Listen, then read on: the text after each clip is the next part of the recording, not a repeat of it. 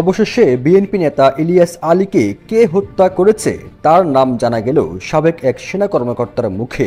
General Waker just সবকিছু eyewash করতেছে না, উনি খুঁজে খুঁজে বের করছেন কারা জামাত, কারা বিএনপি, কারা দাড়ি রাখে, কারো বাবা চাচা মামা কোনো যদি পলিটিক্যাল কানেকশন থাকে। আসসালামু আলাইকুম ভাই ব্রাদার, কি খবর সবার? দর্শক, সিলেটের সাহসী সন্তান এবং বিএনপির একজন সাহসী নেতা ইলিয়াস আলীকে যারা হত্যা করেছে, সে হত্যার রহস্য এবার ফাঁস হলো। সেই হত্যাকারীদের নাম এবার প্রকাশ করলেন একজন সেনা সদস্য। তো সেই হত্যাকারী কারা কারা, আমাদের কাছে এই বিষয়ে গুরুত্বপূর্ণ ভিডিও আছে, আমরা দেখাবো। দর্শক, ঢাকা ক্যান্টনমেন্টের সেনাবাহিনীদের ভিতরে একটা অস্থিরতা দেখা যাচ্ছে। তাদের ভিতরে দুই গ্রুপে যে কোনো সময় একটা সংঘর্ষ হতে পারে না ভাই, এটিও আমার কোনো কথা নেই। এটি বলেছেন বিমান বাহিনীর একজন গুরুত্বপূর্ণ কর্মকর্তা। আমাদের কাছে বিমান বাহিনী সেই কর্মকর্তার একটি গুরুত্বপূর্ণ ভিডিও আছে, আমরা দেখাবো। আগে চলুন আমরা দেখে আসি যে ইলিয়াস আলীকে কারা হত্যা করছে, সেই নাম প্রকাশ করলো একজন সেনা সদস্য। চলুন আমরা সেই ভিডিওটি দেখে এসে এবার আমরা ক্যান্টনমেন্টের অস্থিরতার সেই ভিডিওটি দেখবো। অবশেষে বিএনপি নেতা ইলিয়াস আলীকে কে হত্যা করেছে তার নাম জানা গেল সাবেক এক সেনা কর্মকর্তার মুখে। সাবেক সেনা কর্মকর্তা মিজানুর রহমান একটি গণমাধ্যমকে জানিয়েছেন, ইলিয়াস আলীর উপর ক্ষুব্ধ হয়ে তাকে শিক্ষা দেওয়ার জন্য প্রথমে গাড়ির ড্রাইভার সহ তাকে গুম করা হয়, পরে সরাসরি শেখ হাসিনার নির্দেশে ইলিয়াস আলীকে হত্যা করা হয়। আর এই কাজে জড়িত ছিল ডিজিএফআই, র্যাব ও র্যাবের একটি স্পেশাল ইউনিট।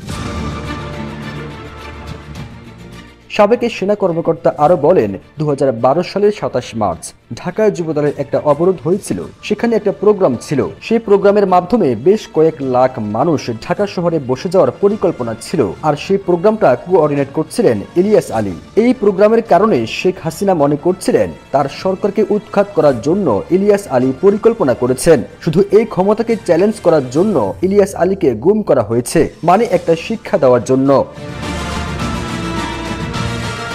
2012 সালের 17 এপ্রিল ঢাকার বনানীর বাসায় ফেরার পথে গাড়ির ড্রাইভার আনসার আলী সহ নিখোঁজ হন ইলিয়াস আলী।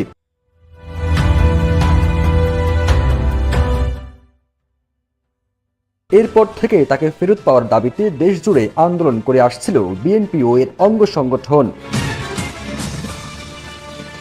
মিজানুর রহমান আরো বলেন, পৃথিবীর কোথাও স্বৈরাচার চিরস্থায়ী হয় না, পৃথিবীর সব জায়গাতেই স্বৈরাচার পরাজিত হয়েছে, কিন্তু এক এক দেশে এক এক সময় স্বৈরাচারের শেষ পরিণতি যেটা হয় এখানেও তাই হয়েছে। এর চেয়ে ভয়াবহ হওয়ার কথা ছিল, কিন্তু সেনাবাহিনীর কারণে সেটা হয়নি। এটাকে আমি দোষ দিব না, সেক্ষেত্রে দেশে একটা বিশৃঙ্খলা হতো। আমি চাই না দেশে একটা বিশৃঙ্খলা হোক। শেখ হাসিনা অন্যায় করেছে, হত্যা করেছে ও ষড়যন্ত্র করেছে, তার বিচার এদেশে হবে।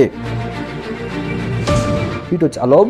দর্শক, আপনারা এখানে শুনতে পেলেন সিলেটের সাহসী সন্তান, বিএনপির একজন সাহসী নেতা এবং বিএনপির কট্টর ভারত বিরোধী একজন নেতা ইলিয়াস আলী। তাকে এই মুহূর্তে খুব প্রয়োজন ছিল ভারতের জবাব দেওয়ার জন্য। দেখ দর্শক, তাকে কারা কারা হত্যা করেছে, কোন কোন বাহিনীর লোক তাদের সাথে জড়িত ছিল হত্যাকারীর সাথে, আপনারা শুনতে পেলেন। আমাদের সেনা সদস্য স্পষ্ট হয়ে বলে দিলেন। যাই দর্শক, আপনারা আপনাদের মূল্যবান মতামত লিখে যাবেন কমেন্টে, যে এত বড় একজন মানে জাগরণী নেতা, এত বড় একজন সাহসী সন্তান, মানে সিলেটের এই যে অপূরণীয় ক্ষতি যারা করলো, বিএনপির এবং দেশের যারা অপূরণীয় ক্ষতিটা করলো, তাদের মানে কি শাস্তি হওয়া উচিত, আপনারা লিখে যাবেন। তবে এই মুহূর্তে ইলিয়াস আলীর খুব প্রয়োজন ছিল ভাই। এই যে ভারত যে লাফালাফি করতেছে, একটা কথায় ভারত চুপ হয়ে যেত ইলিয়াস আলীর একটা কথায়। হ্যাঁ, দেখ দর্শক, আমরা চাই যে সামনে আরও এরকম নেতা আসুক ইলিয়াস আলীর মতো, যাতে তাদের একটা কথায় ভারত চুপ হয়ে যাবে, ভারতের নিজে গরম পানি বের হয়ে যাবে, এরকম নেতা আমরা চাই সামনে বিএনপি থেকে বের হয়ে আসুক। আর দর্শক, এইবার চলুন আমরা দেখে আসি ঢাকা ক্যান্টনমেন্টের সেনাবাহিনীদের ভিতরে একটা অস্থিরতা দেখা যাচ্ছে। তাদের ভিতরে যে কোনো সময় একটা দুই গ্রুপের সংঘর্ষ লাগার মতো অবস্থা। যাই হোক দর্শক, অত কথা আমরা বলবো না, চলুন এই বিষয়ে আমরা গুরুত্বপূর্ণ একটি ভিডিও দেখে আসি আমাদের বিমান বাহিনীর একজন সাবেক কর্মকর্তার মুখ থেকে। তিনি এই বিষয় নিয়ে বিস্তারিত আলোচনা করেছেন। কেউ বলছেন ঠিক আছে, কেউ বলছেন okay right, let me start again. তো আমি আপনার ওই জাতীয় ঐক্যের ডাকের নিয়ে প্রসঙ্গটা এনেছিলাম, যে আমাদের সাধারণ জনগণকে একটা দানব রাষ্ট্রের বিরুদ্ধে আপনার দাঁড় করানো হচ্ছে, যেখানে আপনার সামরিক বাহিনী এবং সাধারণ জনগণের যদি একসাথে না যায়, কোনো এই ধরনের বিশাল শক্তিশালী রাষ্ট্রের বিরুদ্ধে কিছু করা যাবে না। তো আমি যেটা বলছিলাম, গত 50 বছরে আমাদের সামরিক বাহিনী সবচেয়ে ডিমোরালাইজ কন্ডিশনে, কারণ অনেকগুলো কারণ আছে, যেখানে আপনার গত 16 বছরে আপনার ফ্যাসিস্ট সরকার যেভাবে তাদের নিজস্ব অফিসারদেরকে প্রমোটেড বা উপরে তুলে নিয়ে আসছে, এখন তারা ঠিক আগের জায়গায় আছে। লোক দেখানো কিছু অ্যাকশন হয়েছে, 22-23 জন অফিসারকে আপনার ওই যে দেশের বাইরে যাওয়া নিষেধ, হাবিজাবি 10-5-6 জনকে জেলে ঢুকানো, দ্যাটস নট অল, বাট 90% কিন্তু এখনো they are still alive, they are still working behind the scene. তো আমি আসলে শর্টে বলতেছি যে সামরিক বাহিনী ডিমোরালাইজ কেন, জুনিয়র অফিসাররা দেখছে যে 16 বছর যারা সুবিধাবাদী ছিল, যারা প্রমোটেড হয়েছে, তারা এখনো বহাল তবিয়তে আছে।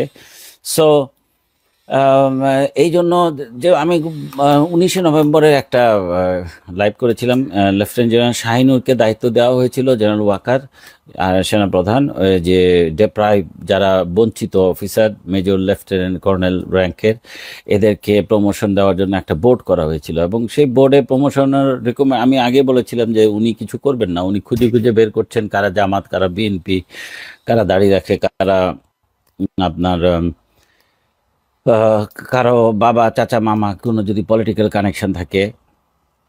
তো সেই বোর্ডের recommendation on lieutenant general Shahinul, আমি অনেক আগে বলেছি যে this man is not going to do, and general Waker just সব কিছু আইওয়াশ করতেছে, মানে লোক দেখানো আর কি।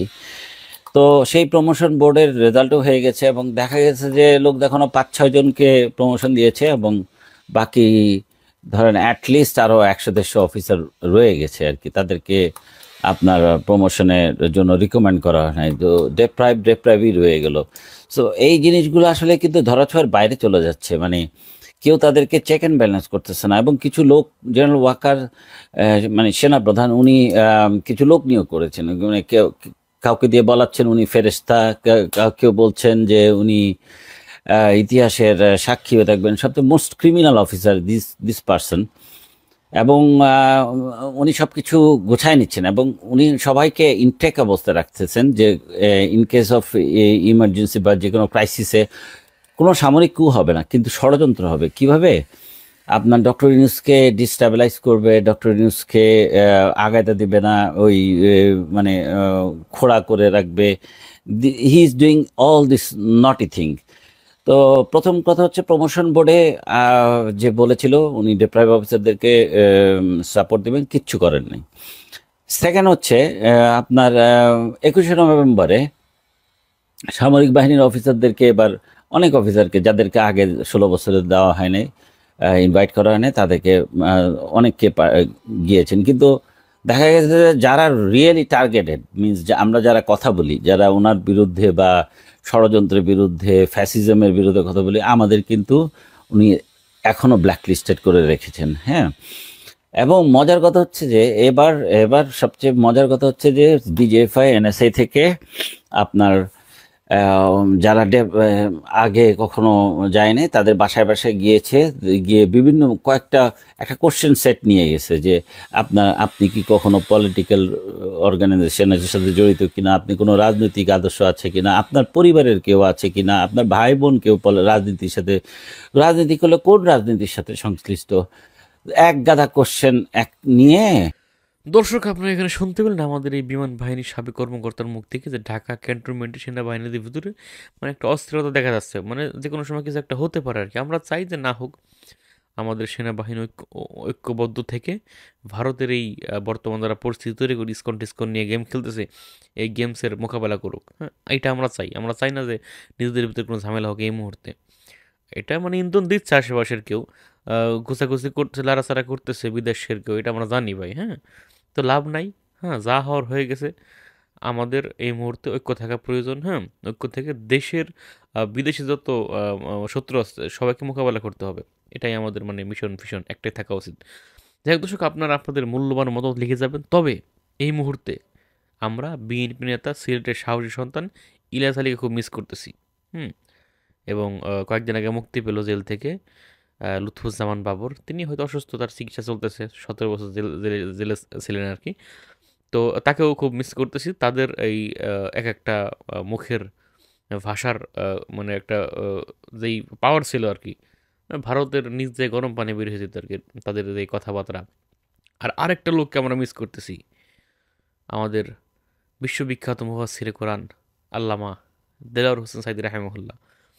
এই তিনজন ব্যক্তি যদি এখন মাঠে থাকতেন, ভারত তো দূরের কথা, ভারতের 14 গোষ্ঠী, নরেন্দ্র মোদী 14 গোষ্ঠী আব্বা আব্বাকে পায়ে সালাম করতেন। মানে এটা সত্যি কথা ভাই।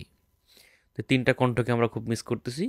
একজন বেঁচে আছেন, হয়তো তিনি আর আগের রূপে ফিরে আসতে পারবেন না, তবে দুজন চলে গেছেন, আল্লাহ তাদেরকে জান্নাতুল ফেরদাউস নসিব করুন নাকি। তবে এরকম ইলিয়াস আলী, এরকম সাইদি, এরকম লুৎফুজ্জামান বাবর আমাদের ঘরে ঘরে তৈরি হোক আরও। ভালো থাকবেন, সুস্থ থাকবেন এবং এরকম আরও ভিডিও পেতে আমাদের ইউটিউব চ্যানেলটি সাবস্ক্রাইব করবেন। আসসালামু আলাইকুম।